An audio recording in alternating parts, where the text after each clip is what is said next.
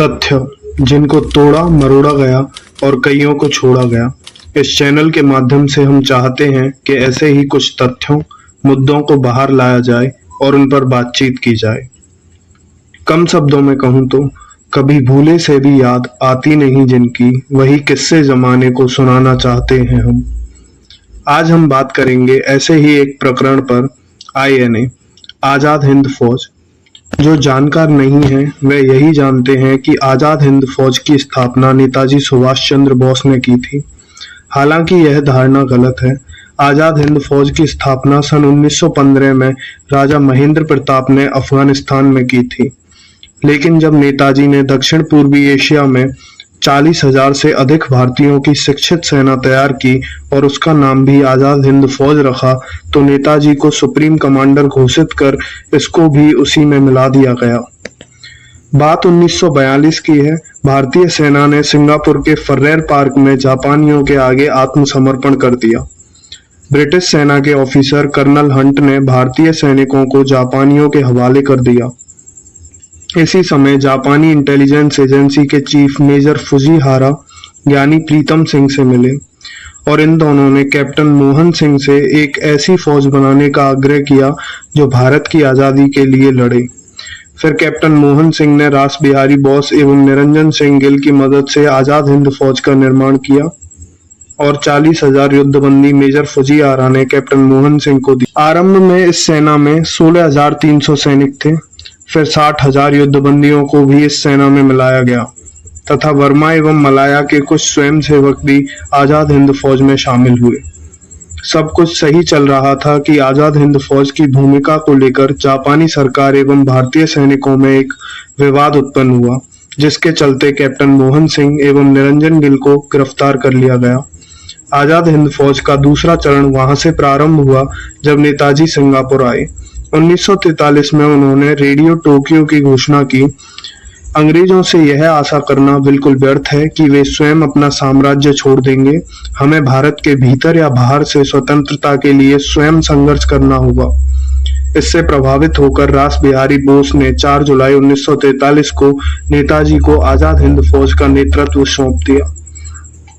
5 जुलाई 1943 को सिंगापुर के town hall से नेताजी ने दिल्ली चलो का नारा दिया। नेताजी ने आजादी के यज्ञ में देश के भीतर रहकर आहुति दे रहे नेताओं के नाम पर आजाद हिंद फौज की ब्रिगेडों का नाम रखा, जैसे महात्मा गांधी ब्रिगेड, अबुल कलाम आजाद ब्रिगेड, जवाहर का नाम सुभाष चंद्र बोस ब्रिगेड भी था, जिससे कमांडर शाहनवाज खान लीड कर रहे थे। आजाद हिंद में महिला सशक्तिकरण का सबसे बड़ा उदाहरण रानी झांसी रेजिमेंट थी, जो कि विश्व की पहली महिला रेजिमेंट थी और जिसका नेतृत्व एक वीरांगना कैप्टन लक्ष्मी सहगल कर रही थी। आजाद हिंद फौज ने 4 फरवरी 1944 को अंग्रेजों पर भयंकर आक्रमण किया और कोहिमा, पल्लेल आदि कुछ राज्यों को अंग्रेजों से आजाद करा दिया। 21 मार्च 1944 को दिल्ली चलो के नारे के साथ आजाद हिंद फौज का हिंदुस्तान की धरती पर आगमन हो गया था। 22 सितंबर 1944 को शहीद दिवस मनाते हुए सुभाष चंद्र बोस ने मार्मिक शब्दों में अपने सैनिकों से कहा, हमारी मातृभूमि स्वतंत्रता की खोज में है। तुम मुझे खून दो, मैं तुम्हें आजादी दूंगा। यह स्वतंत्रता की देवी की मांग है। इस मौके पर देवेन कुमार वरेथ का एक शेर याद आता है, आजाद हिंद का मतवाला यूं बोला बनकर ज्वाला। अगर खून तुम दे सकते हो वो आजादी देने वाला, वो फौज खड़ी कर सकता मुल्क मुल्क में घूम कर, आजादी की बलिवेदी पर दिलों जान देने वाला। फरवरी 1944 से जून 1944 तक आजाद हिंद फौज की 3 ब्रिगेडों ने जापानी सेना के साथ मिलकर भीषण युद्ध किया, किंतु दुर्भाग्यवश द्वितीय विश्व युद्ध को पासा पलट गया और जर्मनी के साथ साथ जापान ने भी घुटने टेक दिए। यहाँ एक सवाल उठता है कि क्या हुआ उन सैनिकों के साथ जो आंखों में आजादी का सपना लिए जीवन की परवाह न करते हुए चल पड़े थे भारत माँ को आजाद कराने। दुर्भाग्यवश उत्तर आत्मा को निचोड़ देने वाला है। उन्हें अंग्रेजों द्वारा गिरफ्तार कर लिया गया तथा दिल्ली में मुख्य सेनानी colonel Sahgal, colonel Dhillon, major Shahnawaz Khan पर राजद्रोह का आरोप लगाकर झूठा मुकदमा चलाया गया। आजाद हिंद के सेनानियों के पक्ष में जवाहरलाल नेहरू सहित अन्य वकीलों ने दलीलें पेश करी, फिर भी उन वीरों को फांसी की सजा सुनाई गई। आजाद हिंद फौज के सैनिकों को दी गई फांसी के खिलाफ बड़ी प्रतिक्रिया हुई। लोग भड़क उठे। अपने दिल में जल रही मसालों को हाथों में थामकर लोगों ने इसका विरोध किया और नारे लगाए, लाल किले को तोड़ दो, आजाद हिंद फौज को छोड़ दो। विवश होकर तत्कालीन वायसराय लॉर्ड वेवेल ने अपने विशेष अधिकार का प्रयोग कर फांसी की सजा को माफ किया।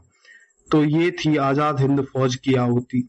हमारा आप सबसे आग्रह है कि जो मसाल जनता ने तब जलाई थी उस मसाल को बुझने ना दें, तथा हमारा सरकार से भी आग्रह है कि जनरल जीडी बख्शी की सलाह का पालन करें।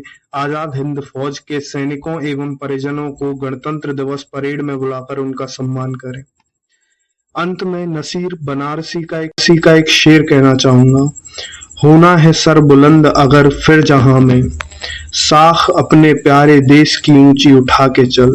आजाद हिंद फौज के मानिंद ए नजीर, सबके कदम से अपने कदम मिला के चल।